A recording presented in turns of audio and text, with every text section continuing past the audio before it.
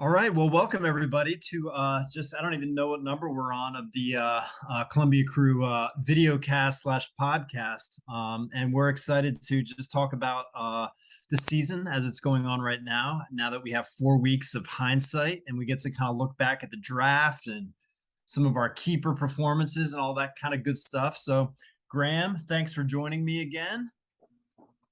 Great to be here, Jesse. Finish.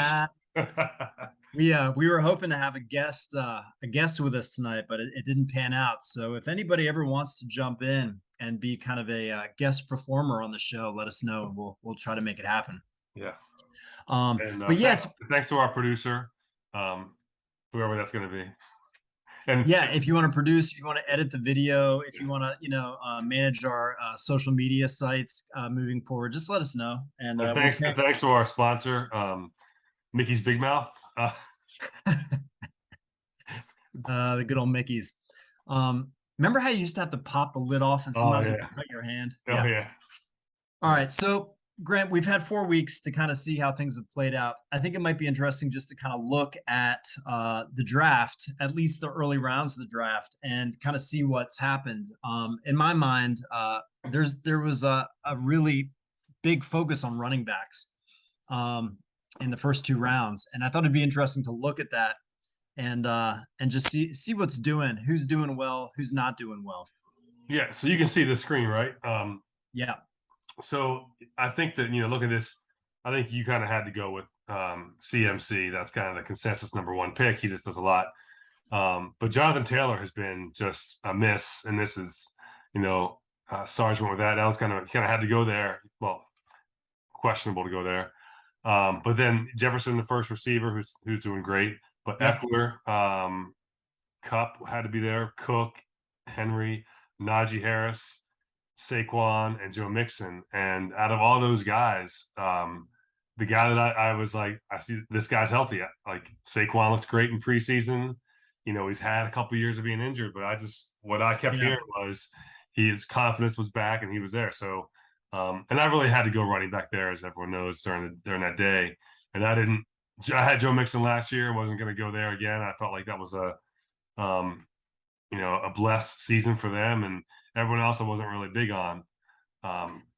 Let me just add, when I knew you had to go running back, we had talked about that because of your keepers and the lack of picks you had through the first 6 rounds. So we knew that running backs were going to go early. What I find interesting, and you took a gamble when you took Saquon, because we really didn't know. I mean, we knew the Giants offense was probably going to suck, but if he's at his best, that doesn't matter.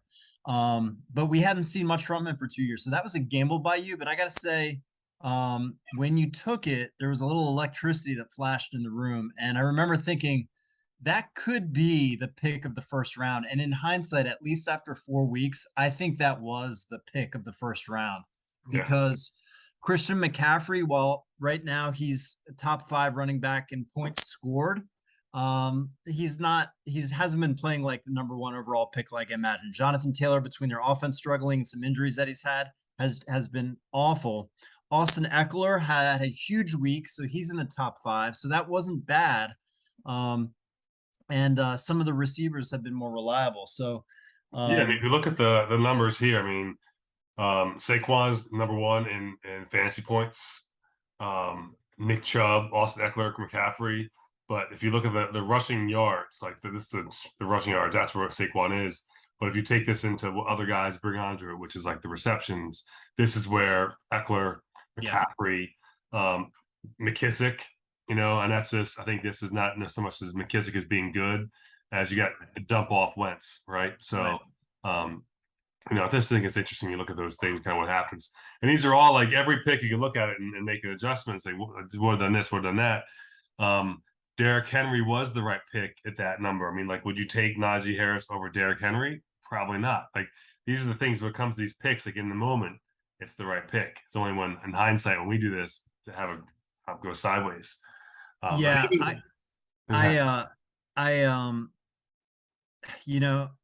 was sleeping on Derrick Henry, and I felt like I was probably right because they're such a bad team now, and I knew they'd be a bad team. But he had such a great, literally the last couple of weeks, he's kind of showing why he's King Henry.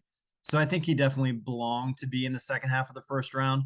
I definitely didn't feel comfortable taking him in the top 5, but I think that spot's right for him. I mean, Najee Harris is like close to being dropped at this point. He's had such a awful, I mean, he's averaging, I don't know, like 8 points a game or something. Yeah, and it's just tough because everyone knows like the quarterback situation in Pittsburgh is tough, right? And we'll talk about the quarterbacks and receivers. Yeah. It's just, a lot of this is just situational, right? You've got although you could argue the Giants have a worse quarterback situation than the Pittsburgh does. I mean, I think last game Daniel Jones threw for 100 yards, so everyone's loading up on Saquon, but he's still getting his yards. But then, look at that second round, and you've got DeAndre Swift going, you've got Aaron Jones, Kamara, some more running backs going. But if you look at the draft, there's keepers here. Is this the most recent one? Maybe it was this one. There's one in here that's right. Yeah, this one. If we look at this, a lot of us have receivers. So this we talk about that receiver. Like almost everyone but Craig had a receiver as a keeper, and Lenny had 2. Right. So this is the part where like running backs kind of had to go because of the keeper situation. So I think that's, would you have taken if this was a free draft, would you have taken Dalvin Cook or would you have taken one of these guys that are on the keeper list, right? So that's just interesting thing about that. Yeah, I mean, I guess I'll finish this kind of draft analysis with some things that I found as I was going over it. I did a look at the top 50 point scorers, not including quarterbacks, just the skill positions. And out of the top 50, after 4 weeks, there's only 3 tight ends on that list. You got Kelsey, you got Mark Andrews, and TJ Hawkinson, surprisingly. Yeah. No other tight ends in the top 50, and only 17 running backs in the top 50 point scorers after 4 weeks, and the rest are wide receivers. So 31 out of the 50 top point scorers are receivers. And what's interesting is that some of those running backs that went in the first 2 rounds aren't even in the top 50. Yeah. And so it's like, if you had to do it all over again, would you think twice?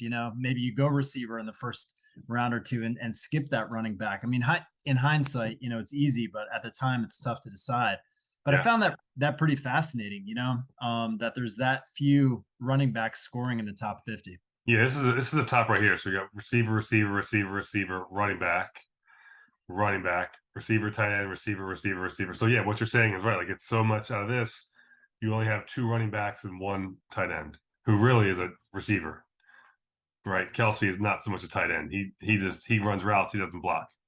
And what's really fascinating is if you look down right below McCaffrey, you got Clyde Edwards-Helaire, and look who's under him. Jamal Williams is the 6th scoring running back after 4 weeks. Yeah. Number 6. Jamal Williams, he wasn't even starting till 2 weeks ago. Yeah. And of course, Roach picked him up. Yeah. Didn't start in that first week, and then he blew up 2 weeks in a row running for Detroit. So yeah, interesting. So what's our next topic here? What we got? Let's okay, so you mentioned keepers. Let's talk about keepers real quick, because I thought that was interesting too. I looked at the keeper list, and I just want to kind of go through some keeper hit and misses, right? And so what stood out to me, I want to focus on players that guys could have kept and they didn't keep, and how that may hurt now. And some of them stood out to me. Like, let's start with you, Graham. Okay. You could have kept Lamar Jackson, but you went with Kyle Pitts. Now, if you had to do that all over again, Kyle Pitts in the 4th round or Lamar Jackson, what would you have rolled with? 15th round, I think it was. Yeah. Right. Yeah. And that's hurts. Lamar's just crushing it. Yeah. And it was one of the things I thought I could get Jackson later. That's why I did it. I was like, well, I've got Jackson later. I thought that's what I could do. And I couldn't. Because I had Jackson and Bateman as my 2. I was going to have that quarterback receiver. Yeah. And then Diggs was like, I didn't want to pass up on Diggs. I felt like they were going to have a great year. He'd get a lot of looks. But yeah, looking back, I just, I didn't think about the Pitts quarterback situation. I mean, Mariota last week threw for 77 yards. You know 77 what? You yards. couldn't have imagined it would be as bad as it was, though. Yeah. I mean, because usually you can bet on talent overcoming some of the difficulties on the team, and Pitts is so talented. Like, even with the concern, no one could have imagined he would have struggled this much. And yet you can't drop him because he's that talented, or it's tough to move him, Yeah. I mean, Uh, like if they next year, if they get a new quarterback, he could be just a different situation. I mean, I feel like it's just, next year, but next year, am I going to spend a 4th-round pick on him? I mean, Andrews was the 4th pick, so perhaps, right? yep. And I think the next one I look at here is like Pitts is one. Craig keeping Brady. Brady's not even starting for Craig right now. He's playing Jalen Hurts, right? So would Craig? I don't know. I'm not sure what his options were, but Brady is A, he's getting dropped by his wife, and B, Craig's going to drop him before that. Yeah, I looked at Craig's options. He could have, instead of keeping Tom, and he kept Tom in the 5th round, pretty high pick. But instead of keeping Tom, I looked at his other options. The only one I think he really could have rolled with that would have been really beneficial is he could have kept Christian Kirk, who's the number 11 scoring wide receiver right now. Yeah, and the number 1 option for that offense. And that would have been helpful for him because he doesn't need 2 quarterbacks. Yeah, he needs sure. skill positions badly, right? Yeah. The other one that was similar to you that stood out to me was Miller. Decided to go West Coast with Deebo Samuel, and he kept Trey Lance, hoping that would turn into something special. But he could have had Josh Allen in round 4. Yeah, so, that might explain the 1-3 start. Yeah, I mean, if you have Josh Allen, he's going to win you at least 2 out of the first 4 games, probably, if not more. So that was a big miss. And Trey Lance, I feel like you could have had whenever you want him. I feel like he was the one that you could have. He could have been picked whenever, for sure. Another one that stood out to me was Hammond. Could have had Amon-Ra St. Brown in the 19th round. Oh, and wow. That's got to hurt a little bit because he's injured now. He's not playing right now. Amon-Ra, the sun god. But man, when he's healthy, it looks like he's just got a great connection there, and he's going to put up a lot of PPR points. And I think then for Sarge, Michael Thomas, who's injured again, he took a gamble. He did. He knew that, and he also dropped Penny. So he is now 0 for 2 of his picks. That's right. And I picked up Penny last week, and he went off for like 30 points. So I got lucky there because I've been looking for running backs, and now Penny's shoulder's banged up this week. So it's like, but Sarge could have kept J.K. Dobbins. He would have had to wait for him to get healthy, but that was an option. He could have kept Gallup.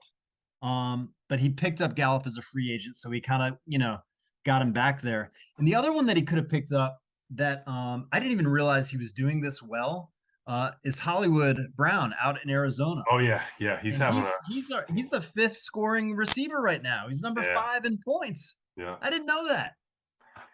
Yeah, he's if you look at the Pro Football stuff, Pro Football Reference, he is he's doing really well. If you look at the leaders here and you drop into those receptions, like he is in the top.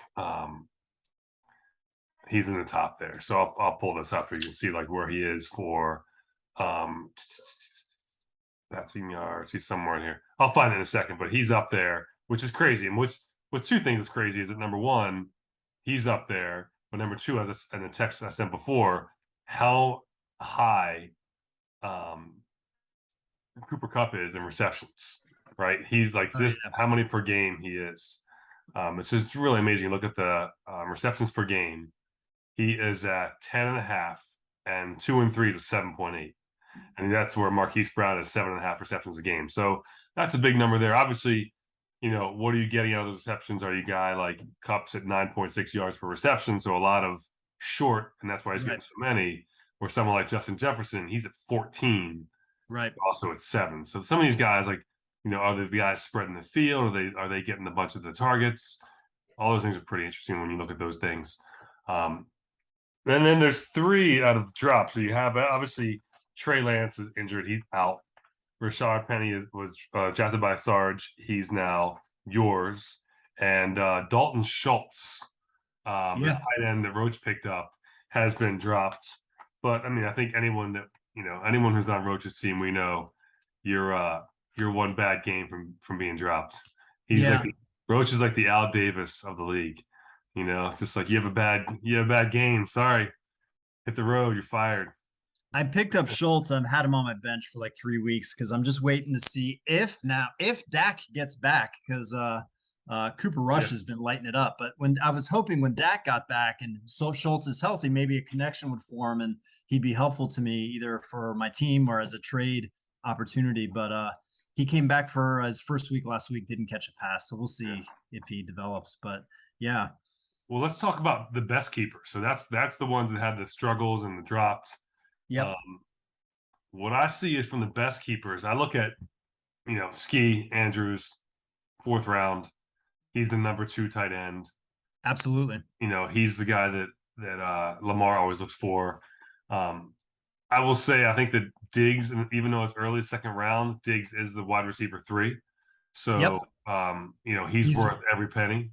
Absolutely. Great offense, a lot of targets. And then your pick's Waddle, who I traded to you last year, Right. crazily enough. And Herbert at such a late round. And I think this is where I think the quarterbacks work, if the quarterbacks are late rounds. I agree. Taking Brady in the 5th or 6th round, but like even Lance for Miller, like it's not he got injured, you can't predict that. But it's such a still late a value. round. Yeah, it's still such a late round draft. Yeah. Draft pick that it doesn't damage the rest of your rounds. Exactly. Much like when I took a gamble on Pitts in the 5th, that really messed me up. Right. So who knows? Yeah, it's worth thinking about. If you're debating over whether to keep a guy in the late rounds or the early rounds, you just need to know if I'm picking him super early, he better be a consistent performer. This shouldn't be a gamble. You know what I mean? Yeah, for sure. High floor guys, actually look for. I love that Ski picked Andrews because he had to. I mean, that guy's probably the best tight end in the league right now, but he did miss on McLaurin. But again, McLaurin was late in round 17, so it's okay, Yeah. What other hits are there in keepers in keeper land? That's really all I had. I mean, I had you with Herbert because he's such a late round. Waddle. Yeah. Jamar Chase in the 6th. He's that Cincinnati offense is just not the same as it was last year. There's just something going on, and we'll talk about the quarterbacks and in a bit. I know we're going to talk about the wide receiver side of it, but I just think there's a lot of options. And like Jamar Chase is great, but Jamar Chase, T. Higgins, Boyd, even the tight ends getting routes now. Like Hayden Hurst. Hayden Hurst is running routes. Is running routes on 75% of his snaps. He's running a route. So you've got like 4 guys who are out there to get the ball.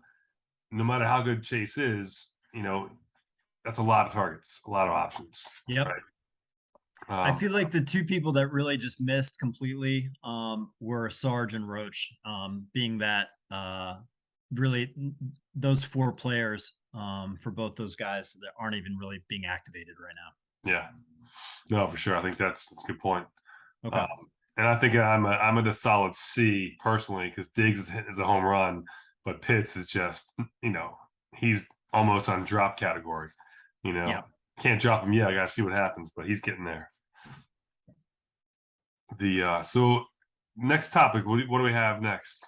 All right, let's talk just real quick because I think it's interesting. Rookie performers, and mainly for running back and receiver. All the top rookies are on a team, and what I found interesting about that was there are guys that really want to go after the running back rookies, it seems, and there are guys that really go after the receiving rookies. And so we know that Miller drafted Dameon Pierce, who was the highest touted rookie running back, and it looks like Dameon's paying off. His as Miller predicted last week was kind of his breakout performance, and he went off. but he's leading the rookie running backs with 60 carries, 313 yards, and 2 touchdowns after 4 weeks. And then Lenny has Brees Hall, who I'm coveting because I feel like Brees is going to be right behind Dameon Pierce in terms of taking over that backfield and really doing something. He's got about 38 carries, 178 yards, and a touchdown. Sarge recently picked up Isaiah Pacheco at running back, who is trying to whittle away carries from your guy, CEH in Kansas City. He's got 140 yards and a touchdown and has been inching in every game. Lenny drafted James Cook, the rookie running back for Buffalo, who he's still carrying on his team. Has only gotten 13 carries so far this season, but Lenny's not giving up on him. And all it takes is one injury for these guys to step in and do something. And then the last rookie running back that no one owns that I've been kind of watching is this Kenneth Walker Jr. guy in Seattle, man, because he was a beast at Michigan State. Basically the word on the street was they drafted him for next year, but if Penny goes down, he's right there. I think that that's a big opportunity for him for sure. Yeah, Penny's a little banged up this week. If he doesn't start this weekend, I'm not going to pick up Walker, but I'm going to keep my eye on him, and I think everyone should do the same because based on what I saw in his college games, I mean, he's super talented. And so, for running backs, we got Miller, Lenny, Sarge, and Lenny with these rookie running backs. But for receivers, it's Eric Graham, Jesse, and Graham King. I picked up Olave after somebody dropped Olave. It might have been Matt Jarowski, I think, drafted. It was, drafted by Ski in the 8th round. 8th round, huh? Yeah. Wow. 8th round. Drafted him and dropped him, which I think that if you drop like rookies are tough to drop because they haven't done. You don't even know what you're getting this yet, right? It's tough to drop those guys. So this is if you look at the rushing for this year. So this Dameon Pierce, Brees Hall, guys you're talking about. I think it's just tough to drop those guys who are rookies. And if you look at the receiving, Olave, Garrett Wilson, Romeo Doubs, Drake London, those are the guys who are getting the most receptions. Yeah. Just to go back to Pacheco, what I'm hearing from Kansas City is that basically they're giving Clyde the early part. And because they get they just blow out teams because Kansas City has just got a great offense. That's where Pacheco's value comes in. It's like they're up by 21, take out Clyde, bring in Pacheco. So he's going to be that guy he's that garbage time, lots of carries because of that, those big leads. So I think he has value there because Kansas City just is so prolific in scoring. So I think it's great for him. The knock on CEH is that he's a good back and he really benefits by the offensive system there. Oh, yeah. But he might not be the most talented guy in the world. You know what I mean? Yeah. He just happens to be it's like being Michael Cooper on the Lakers. It's like Michael Cooper was a great defender, but he got 10 points a game because Magic Johnson put that ball on a platter, right? Right. So some of these guys, when they're playing good offenses, they can score. And you see what he got last week with that crazy spin move chuck that Mahomes right to Clyde Edwards-Helaire, and he got that touchdown not because he was good, it's because he was there, right? Yes, exactly. So that pass was ridiculous, by the way. But let me just say, as you have these receivers up, Lenny does own Garrett Wilson, which is that guy's just really, really twitchy, really, really explosive. Yeah. And then Eric Graham has 3 rookie receivers on his squad right now. Does he really? He's got Dobbs, who I drafted in the late rounds, and I had to drop because of I had to fill in gaps. He's got Drake London, he's got 18 catches and 2 touchdowns. Drake London, and he's also got Pickens, who I love Pickens. I think he's going to be a superstar, but I couldn't wait for him to get there with the bad quarterback situation, out of Pittsburgh. So Eric Graham's riding 3 of these rookies, and he's waiting to see which one goes off because he's going to want to keep 1 or 2. And Pickens has some of the most amazing catches of the entire year.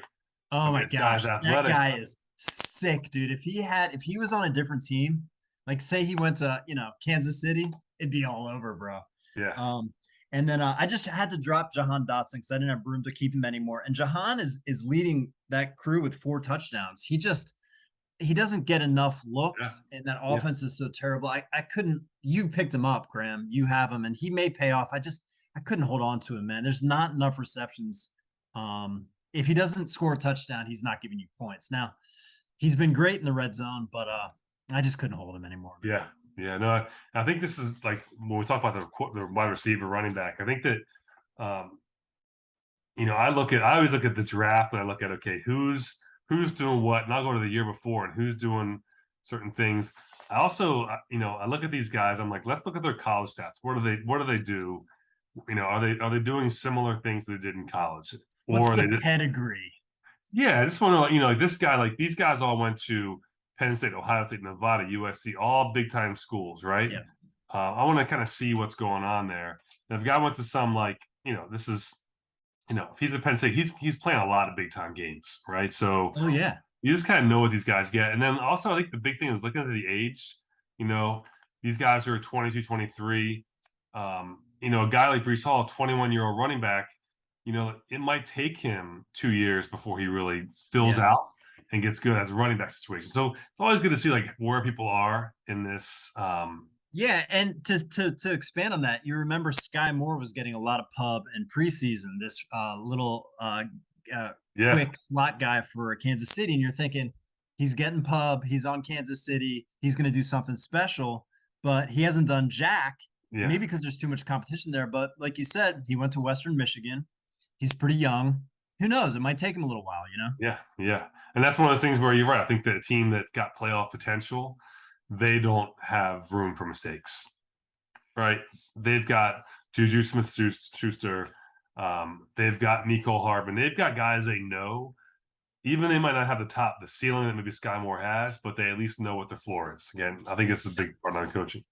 I know you wanted to talk about a little bit about this being a wide receiver league Yeah.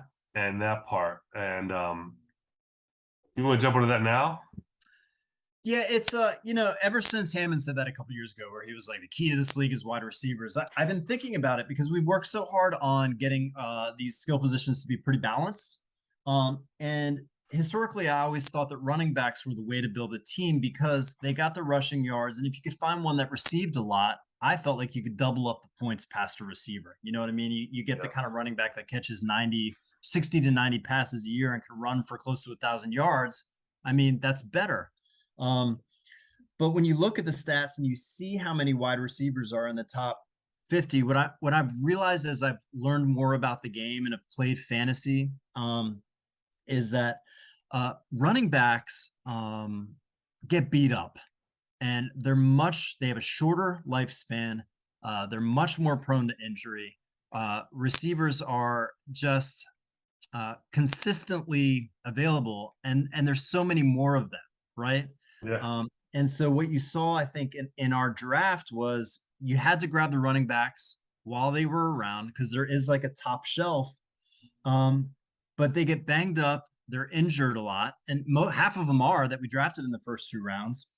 And what you see happening is in week 3, the top running back scorers, the top 6, Khalil Herbert, backup, running back number 2 for Chicago.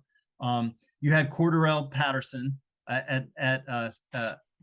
scoring high in week 3. Derrick Henry scoring high, but then you got guys like Jamal Williams, backup, James Robinson, and Devin Singletary. And it's like, where's all these guys that we drafted in the first 2 rounds? And then in week 4, the rushing leaders are Josh Jacobs is number 1. Where did he get drafted? The middle of the draft. You got Rashad Penny. You got Eckler, who was supposed to be up there. And then you got Miles Sanders. No one wanted that guy in the draft. You got Dameon Pierce, and you got Jamal Williams again. And it's like all of these guys that we expected to go off every week, it's just not happening. It's all these kind of middle round backup running backs that are exploding, and it's just harder. It's harder to predict, and there's so many more receivers. And so I don't know, man. Those are just some of the thoughts that I've had. Well, I look at this and I think, yeah, there's a wide receiver league, but I think that the quarterback play really limits that upside, right? Is that you think about Miami. Like Tua, look, I wanted to trade him to everybody 3 times before he got concussed, but they have Waddle, they got Tyreek Hill, but they have average quarterback play. I mean, Tua's decent, but he's limited. You look at New Orleans, right? They got Michael Thomas, they've got Olave, but now Winston's out. They're limited, right? Pittsburgh, I mean, they've got Deontay Johnson, they've got Claypool, they got Pickens, but who's their quarterback situation? It's just like it's really like it's not great quarterback situation. Lots of options, not great situations there. And then you have teams with too many options. I mean, Bills, yes, Right. Stephon gets played, but Stephon's getting like he was a number like in week 2, he got like whatever 14 points, and I think McKenzie or someone else, or no, Gabe Davis took off. The Lions, surprisingly enough, have a bunch of guys who are catching the ball. The Bengals have 4 guys. The Chiefs have this spread offense. Green Right. Bay has always been that way, except for Devontae. And the Buccaneers, the Buccaneers have every wide receiver in the world. So these teams then have too many options where you don't know who to Right. get. And then you just have, and I counted this, there are 7 bad quarterback situations. Carolina, Atlanta, Chicago, Giants, Steelers, the Patriots, and Pittsburgh. That's 20% of the league having crappy quarterback situations, right? And I'll go back to this just real fast. Fun set. Let me ask you this question. Out of this year's quarterback class, draft class, give me an estimate on total completions, total yards, and total touchdowns. Guys drafted in the first round of the NFL draft. Quarterbacks drafted this year, total receptions, total completions, total yards, total touchdowns. Okay, so in the 2022 real NFL draft, what quarterbacks? Well, how many quarterbacks were picked in the first round? Wasn't it just the guy for the Steelers? Pickens, yeah, or Pickett, yeah. Pickett. Yeah. Who else was? That was the only quarterback drafted in the first round, right? Yeah, it's like yeah. It's yes. Take a guess. Let's take a gander. And at what? How many completions and yards he's had? Completions, yards, touchdowns total. All the quarterbacks that were drafted in 2022. Oh, out of all of them. Oh, okay. Total. Well, I'm guessing that there's been no touchdowns thrown because I know that Pickett ran for 2, but he didn't throw any in his first game action last week. And I can't think of another rookie quarterback that's playing right now. Yep. So the yards have to be like around 100 and no touchdowns. So it's 21 total completions, 225 yards, and 1 touchdown. And I don't even know. I looked it up earlier. I'm not even sure who scored a touchdown. I have no idea. I looked at the name. The name I totally forgot. Well, okay, Graham. So what you're saying, what I'm interpreting from it is that you're kind of making a case for running backs because you're saying the receivers are either got bad quarterbacks or they're too crowded to get the balls. But what I can't explain is why in the top 15 point scorers after 4 weeks, we've got 2 running backs, Barkley and Chubb, and we've got guys like Hollywood Brown, Duvernay, outscoring the likes of Eckler, McCaffrey, all these other running backs. How does that happen? How is Duvernay scoring more than McCaffrey? Duvernay has scored 77.5 fantasy points in 4 weeks, and McCaffrey scored 76.8. How does that happen? Yeah, it's crazy. It's the Dan Roach, the Dan Roach blessing. He picks one guy out each year. Well, I do think that when we started this league 20 years ago, running backs were much more important in terms of scoring. But I think we've seen a shift in philosophy in the NFL, and there's so much more passing. Oh, and yeah, the quarterbacks are given so much more time to throw, and all of the league changes and the rules have benefited the passing. That's the only real explanation that I could come up with because there's no good reason for after a month of play that Hollywood Brown has more points than McCaffrey. Dalvin Cook's not even freaking in the top 50, and it's just wild, man. Yeah, I just think it goes to show you like when you're, and I think this is part of the game, right? When you are, and this is why like Clyde Edwards-Helaire and Pacheco do well. Like their offense scores a lot of points, so they have a lot of chances. And when they get up, they can feed the running back to kill the clock and get more points, right? Even all the Derrick Henry stuff, we saw this. His first half numbers almost always were terrible. It was that second half where he would just run through guys. Um, and this is weird. I think that also like you just have some of these teams that you have to, you have to know kind of what you're getting out of the offensive coordinators. And these like it seems like Atlanta, they're scared to throw the ball. They've got Drake London, they've got Pitts, but they attempted 11 throws last week. It's like, why are they scared to throw the ball? I don't understand. Like, um, the Giants aren't letting Daniel Jones throw the ball. Chicago, it's I don't know what's going on with Justin Fields, but he makes one read and then he runs. And so these teams are just maybe they're cutting down the playbook and not allowing it. So with seven, like I said, 7 of the teams, 20% of the teams have shitty game plans and shitty opportunity for receivers, but then even weird opportunities for the running backs. Like even Atlanta, they leaned on 3 running backs to run the ball. Right. So you couldn't get one guy. The one interesting part, Dameon Pierce last week for Houston, he was the only running back that they used. They got a touch. So I think they ran the ball 21 times. Wow. He had 21 carries. Wow. No one else had a carry. And that's just not something you really see. You see guys like lots of guys carrying the ball. Obviously, with more running quarterbacks, that takes away. Like, what would J.K. Dobbins get if Joe Flacco was the quarterback? Right? J.K. Dobbins would be getting 25 carries, but Lamar takes 10 of those. Right. Totally. So, Totally. same thing with Philly. Philly is getting Jalen Hurts is taking opportunity away from other guys. Right. So I think this is where we have to look at the game plan, and I think this is where the matchups are really important. Each week the matchup is important. Like who's doing what, especially for the middle round running backs. Like the reason that I ran and picked up Penny, even though he hadn't done anything for the first 3 weeks, was because the matchup was so good. He was playing the worst run defense in the league against Detroit, and Detroit's defense just struggling. And I was like, look, if there's ever a week, because he did great in the playoffs last year. I mean, they really leaned on him. I was like, if they ever lean on him, it's got to be against Detroit, But for all I know, he's going to have 4 straight weeks of nothing because the matchups aren't going to be good after that week. The last thing I'll say about running backs is that out of the top 25 running backs, Jamal Taylor is ranked number 18th in our league right now. Second pick in the draft. That's not good. Jonathan Taylor. Huh? You said Jamal, didn't you? Say Jamal or Jonathan? Oh, Jonathan, I mean. Well, why did I say Jamal? Was that a Ravens running back from back in the day? Jamal Lewis. And we were just talking about J.K. Dobbins. Oh, that's funny. I'm like combining all the names. Yeah. Jonathan Taylor, number 18. Najee Harris, number 25. All right. Those are 2 first-round running backs. Dalvin Cook's not even the top 25. He's the 27th running back. These are like barely flex level, right? Dalvin Cook's 27. He scored 43 points in 4 games. That's about 10 points a game. James Conner, the 30th best running back, and Zeke Elliott, the 40th best running back. So it's like there's some notable names missing from contribution. I do remember from last season 2 things. A, it's a longer season, so there's not as much.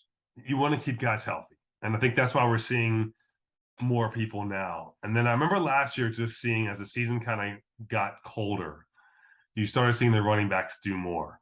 Yeah. Right. I feel like there's sort of ebb and flow of the season where like early on, it's a lot of receivers, the weather's perfect, everyone's catching the ball and it's like good point. 75-degree weather.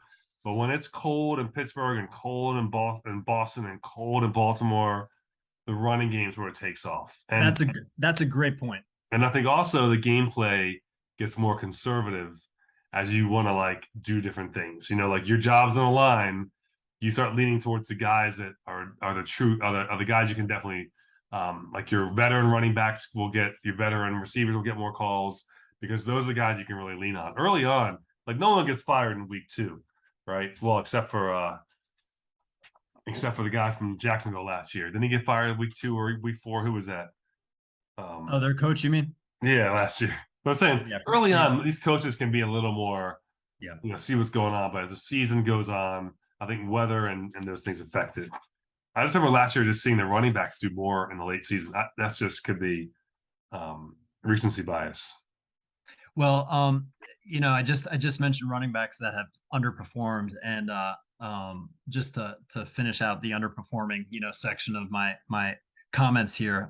When you look at quarterbacks, Matthew Stafford and Aaron Rodgers are 19th and 20th in points scored for quarterbacks. So it's like, why are they even on rosters? Yeah. Russell Wilson 16th, right above Matt Ryan at 17th. And Joe Burrow's barely hanging on in the top 10. You got Geno Smith at number 9 ahead of Joe Burrow. Like, who would have predicted that during the draft? You know what I mean? So, and the Yeah. top 4 are to be expected: Josh Allen, Lamar Jackson, Patrick Mahomes, Justin Herbert, and you got Kyler Murray at number 5 and Goff at number 6. So, interesting. Yeah, and that's the thing with Goff. I feel like it's one of the situations where, who would you rather have today if you open a new franchise? They're like, hey, need a quarterback. You can either have Aaron Rodgers or Jared Goff as your quarterback for the season, right?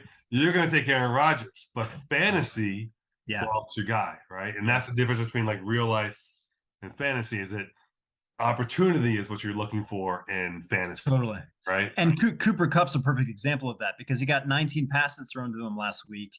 Horrible in real life. You never want to be focusing on one guy that much, because you're going to lose 20-6 wherever they lost, Yeah. But for fantasy purposes, it's like a wet dream, baby. Yeah, that's right. That's So. right. That's why I was happy for Miller when he was on Monday night. I was happy for Miller that he was at the game. Yeah. His Debo got the pass. It put him in front. It was his team. It was his player. It's his game. Yeah.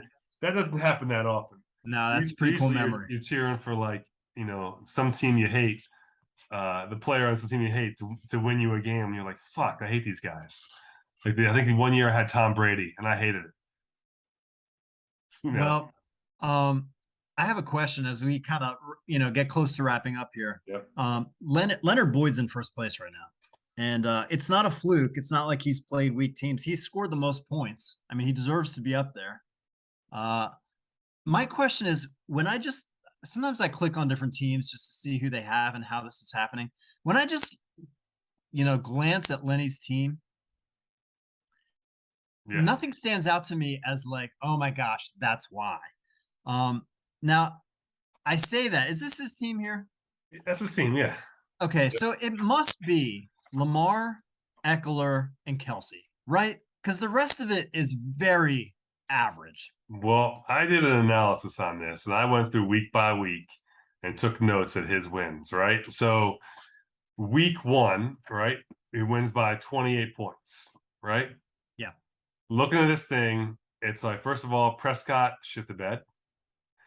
And second of all, Kelsey outscored by 15 points, which helped balance out the Cordero Patterson outscoring Jacobs. Look at Lenny's team. Look at Lenny's team. 11, 4, 12, 11, 8. Usually when your main guys are scoring that, and it's not like his defenders went off.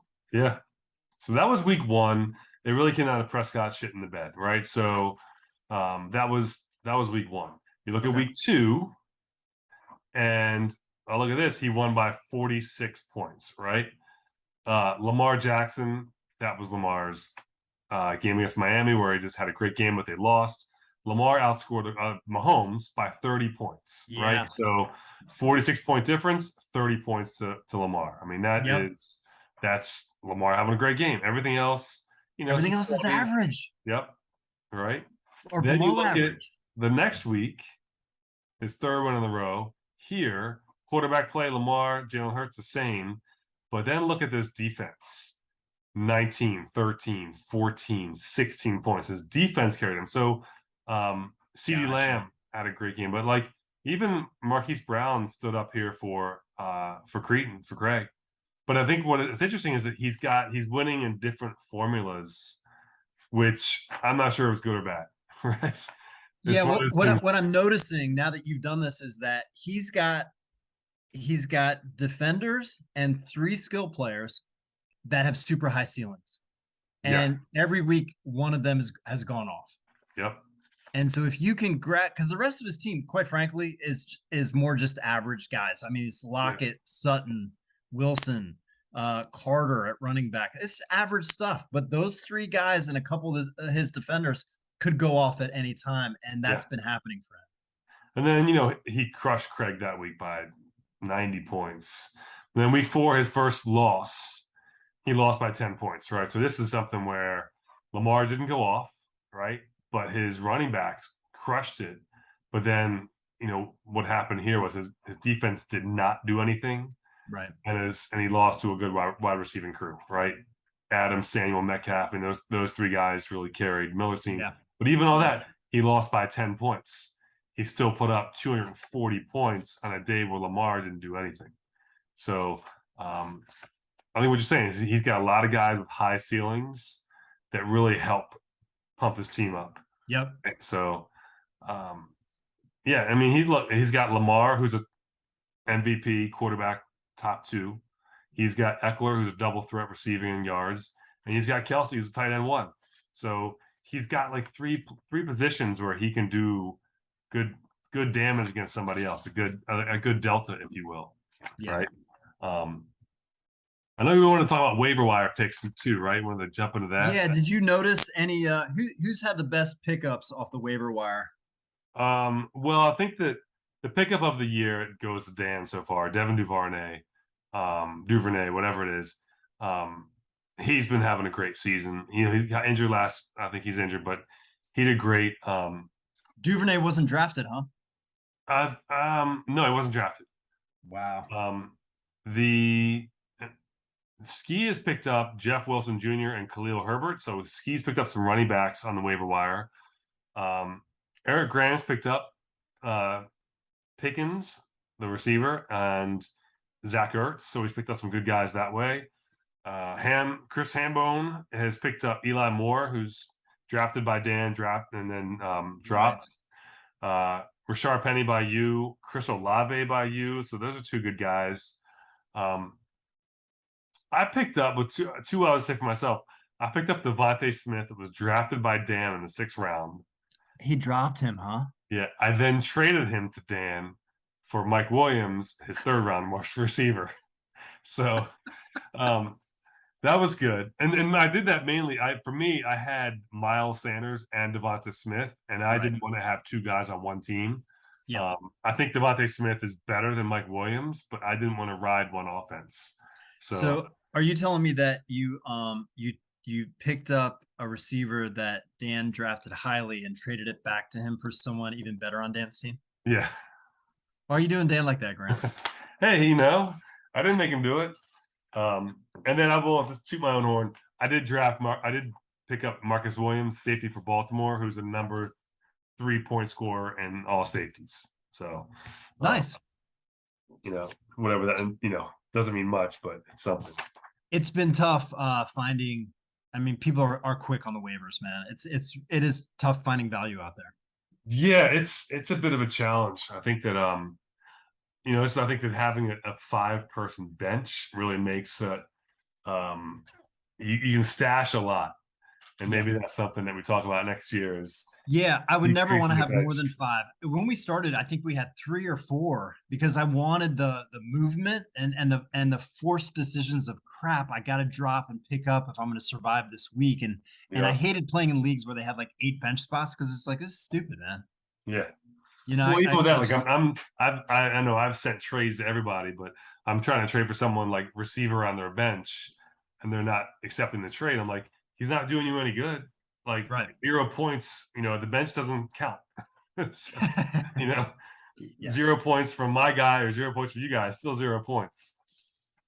So that's one thing. I think the waiver is interesting. Just like could we decrease that to like 3 or 4, where it's like quarterback, receiver, running back, and you have to decide, do I keep 2 tight ends? Might make the waiver wire more interesting.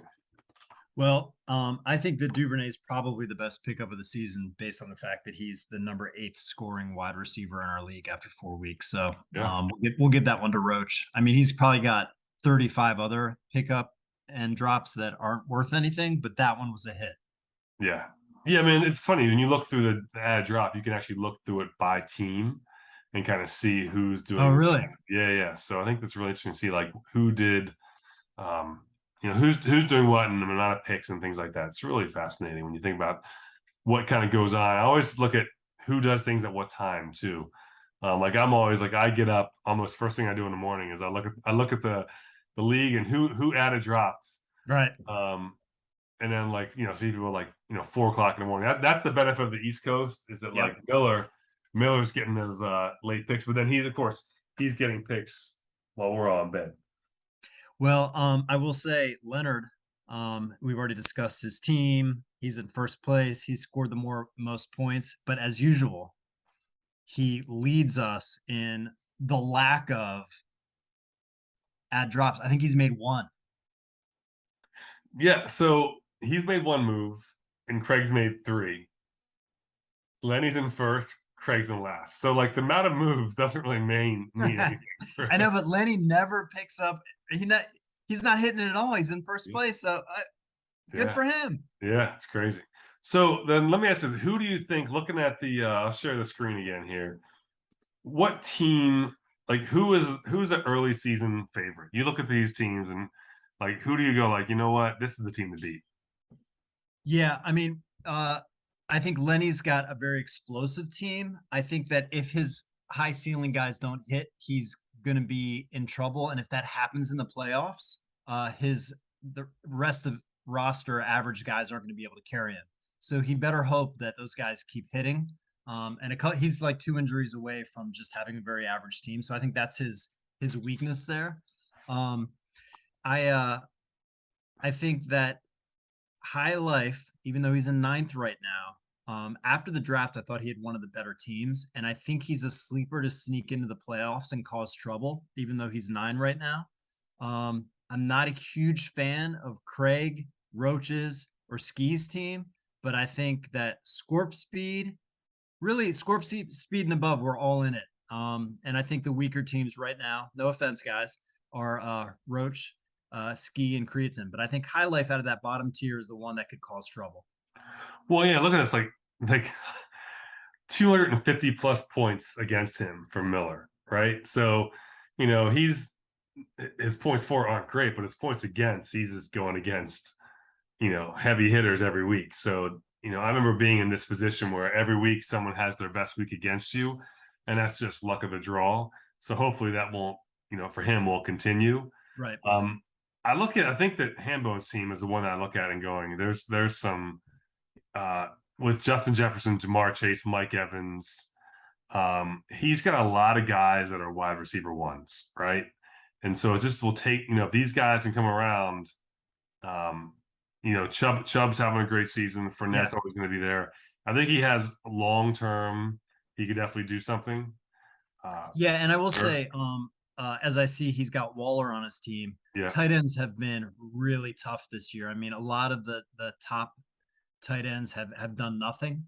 Yeah. Waller's part of that. Pitts is part of that. My guy for San Fran is part of that because he's been injured. So a lot of these guys that you expected to be reliable have not been. There's only been maybe 2 real top tier tight ends. So that's been hard for people. And then who's gonna have a new license plate next year? I mean, my money's on Craig. Yeah, I mean, it's Craig right now. He needs to, if I was Craig, he needs to make some trades. And he's got the strength of Craig's team after the draft was his running backs. But they're either hurt or just struggling with their offense. Now they're going to pick up towards the later season, but I would trade one of those guys for some wide receiver help. Because Bateman's nice and Deontay's got quarterback problems and Marquise is his best dude, but he needs more receivers. That's a lot of Q's. Like questionable. He's got a great looking team on paper. Like after the draft, you go like, well, Jalen Hurts, Marquise, but you're right. I feel like some of this is Dalvin Cook's been injured in and out. It's like, which one of these guys are you going to part with to get help here? The thing about Craig is I think one of the main things that hurt him is if you looked at this after our draft, you'd say DJ Moore is a 3rd round pick and probably going to be in the top 15 receivers in points scored at the end of the year. And no one imagined that he would be as ignored as he's been by Baker Mayfield. Yeah. I mean, he's just getting, 11 targets, but this goes to show you this is a quarterback play. If you're getting 1 reception with 6 targets, that means something's wrong. Yeah, right? he's too Something's not talented right. and he's not hurt. I mean, he's Yeah, just not getting the looks, man. And you thought when Baker went there that that's a huge upgrade from their quarterback situation last year, and it hasn't been. It's becoming a reality that Baker's just not that very. He's not that good, man. yeah, yeah. There's talk that he might be. 'Cause who's the backup? Sam Darnold, right? Sam Yeah, Darnold's the backup. So yeah, there's which Sam Darnold's gonna be like, I gotta be better than this guy. I mean, Baker's throwing balls in the dirt, and got over the guys' heads, and yeah, I think Sam Darnold's gonna be there pretty soon. probably. And I Yeah. don't know that it'll be much better. Hey, can you pull up Ski's team real quick because I kind of threw him under the bus, and I noticed that he had a lot of points scored against him. Maybe his team's not as bad as I thought. Let's look at his team real quick. Let's see where uh let's pull up hold on. There we go. Cleveland Steelers. So, yeah, well, I would tell you that the big thing with him is look at this. That quarterback plays. The quarterback's terrible. Russell Yep. Wilson is just not good. And Uh, Terry McLaurin's been really letting him down. yeah, but you got Cooper Cup and Tyreek Hill. I mean, those are two guys gonna score some points. AJ Dillon, that's tough. It's a running back by committee. He's got Andrews. I mean, he's got a decent looking team, right? You kind of go, what's not working? If he hadn't picked up Khalil Herbert, his running backs would be really struggling because Henderson hasn't done much. And Dylan's in that timeshare with Aaron Jones and Pitt. Yeah. Oh, sorry, that's your team, Pitts. Yeah, But yeah, he's got two great receivers, so he might be in the mix for fighting for that sixth spot, lower tier playoff spot. yeah. So here's he went he lost by 40. It's a big couldn't do much there. 260 is a Right. lot of points. Then he crushed ham and cheese, but yeah, didn't he scored average points 233. That's Um, good. Tyreek Hill, that's the Miami game against Oh Baltimore. my That's gosh, that yeah. carried him, right? So, But look at the quarterback play. 26 points. yeah, Horrible. yeah, 26 points there. Keep going to me somehow. Go back to Cleveland Steamers. This is week 5. Let's go back. Go back to week 4. No. Where's it at here? Week 4. We'll go to week 3. So yeah, so he lost to me. Not a lot of points scored either way. So this is kind of Right. that was a game that anybody could have won. But week 4, he lost to you. You had a great game, right? So 35 points from Penny. But again, quarterback play, 50 points is like that's sort of middle of the That's road. his seal. That's Russell Wilson's ceiling. Yeah. Like if you look at his, well, here it is. So yeah, 26, 29, 49. Like that's just not, that's a ceiling right there. 53, 49. Yeah. Those aren't great for him. 1 TD, 2 TDs. These aren't great games. So quarterback play might be something that kind of limits his upside. Yeah. And his bench is no quarterback. So maybe that's a guy who looks to upgrade as a quarterback at some point. Yeah. So we'll see. All right. Well, you want to have some fun at the end and just do a quick 2 or 3 rounds redraft? Yeah, for sure. We'll finish with this. Knowing what we know now, we'll take turns. You can have the first pick, Graham. Okay. I did the hat thing like 4 times. It was only 4 times. And we'll just go back and forth. We'll do a little speed round to finish it off. First pick. All right. So this would be the first 3 rounds if we could do the draft all over again. Okay. Yeah. No, again, this is no keepers, no nothing. This is just right. Yeah. I'm going Cooper Cup. All right. I'm going Diggs.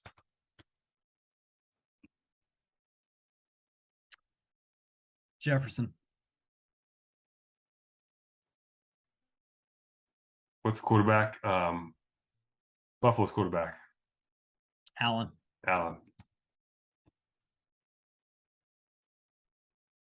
Barkley. Eckler. Tyreek. Chase. Kelsey. Brown. Which one? AJ. Because Hollywood's leading him in points right now, but so I had to ask. Yeah. Okay. AJ Brown, huh? I'll go Chubb. I'm going Andrews.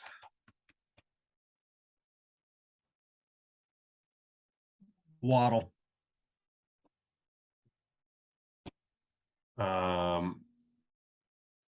Jackson. No.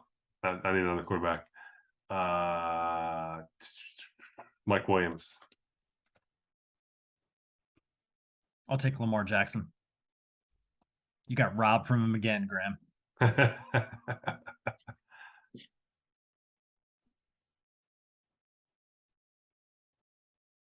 Oh, it's my turn, right? Okay, yeah. Duh. God,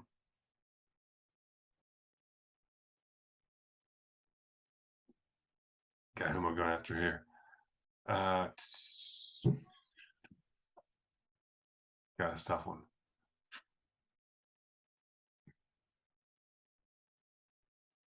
I'm going to go, even though he's injured, I would have taken this Amon-Ra. Oh, bastard. I'll go Devontae Adams.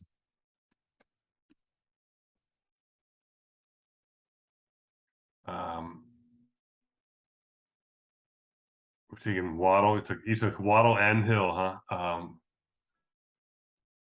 Yeah, who else? Who's good? McCaffrey hasn't been picked yet. Oh my God, that's great. Thanks for saying that.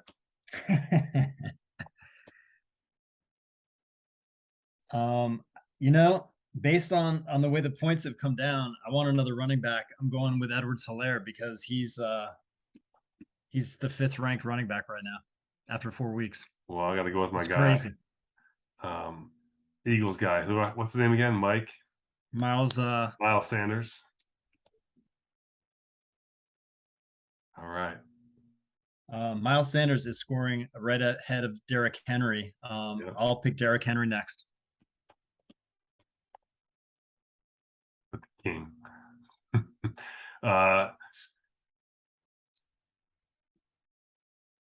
You know who's still high on the list that we skipped? Ahead of Brown, Amon-Ra, ahead of McCaffrey, ahead of Eckler, Devin Duvernay. Oh my God! Give him some love after 4 weeks, man. Yeah. No, for sure. I'm going to go with his teammate. Ooh, all right. I'll do Duvernay then. That puts me at. I'm going to go flyer on Garrett Wilson. Ooh. You're the rookie. Yeah, I'm gonna go with give me Mark Andrews, man. I'll double it up at tight end. I took him already. Oh, did you? All right. Yeah.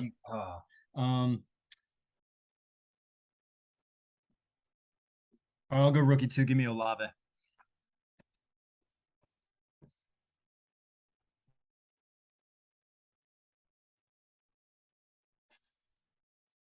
All right, I'm gonna go. I have no idea what his numbers are, but I'm gonna go with Jerry Jeudy. Is he even hurt? Is he hurt? I can't remember. I don't even know. I'm thinking of other teams' receivers. I'm just going through my head quickly. You know who I'm going to draft that I'm really pissed is even playing and doing as well as he is. He's been a top running back after 4 weeks. This guy wasn't even supposed to be around the first 4 weeks, which is why I drafted ETN. Give me James Robinson.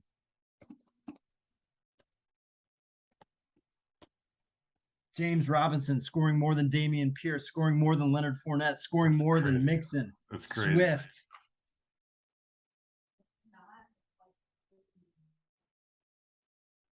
Well, I'm gonna take this guy. I believe in him long term.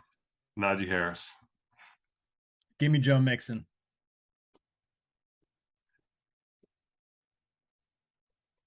And last but not least, this is for Sarge. If you're watching this, T. Higgins. All right, that's good, man. It looks a lot different than what we expected in a lot of places. Well, especially I think lightning round makes it a lot different. Like, Yeah. McCaffrey in the second round is because you reminded me. That's crazy. I'll send this out to the guys, our lightning round recap. Good stuff, man. Yeah. Don't forget to do a little editing, and you can cut out that first part where we were running around naked together for like the first 5 minutes, and then Yeah. that part where we had to wait 17 minutes for you to pull up the screen as we got ready for the draft. That'd be helpful too. Try to cut those things out.